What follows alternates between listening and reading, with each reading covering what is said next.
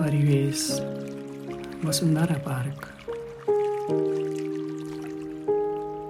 ढल्दै गरेको दिन, गगनको काखैमा बसेर मन्डारिरहेको बादल अनि रेलको पटरी जस्तै अनुभूति दिलाएर आकाशी मार्ग प्रयोग गर्दै गन्तव्यमा फर्किँदै गरेका चराहरू। लाग्दैछ नयाँ वर्षको सुरुवातसँगै नयाँ पलाएका पालुवाले पोख्न खोजिरहेका कयौं खुसीका भावना महसुस गर्न सकिन्छ। लाग्छ काग दाजुलाई माध्यम बनाएर भगवानले आज्ञा गर्दै हुनुहुन्छ, आफ्नो ध्यान दृष्टि वरपर लैजाऊ, चौरको कथा सुन।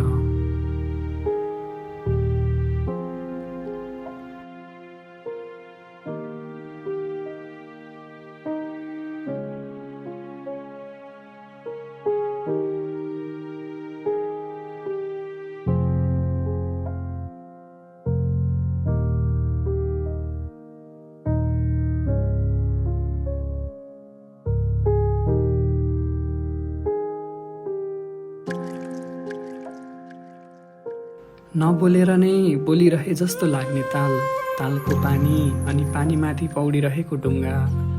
अझ मनमोहक चिज, पानीमा देखिएको हुबहु रानीवनकै आकृति।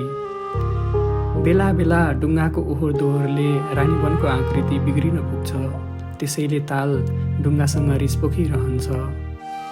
यो प्रकृतिको सम्वाद हेरेर लोभिएका पर्यटकका नयन देख्दा छुट्टै सन्तुष्टि मिल्छ।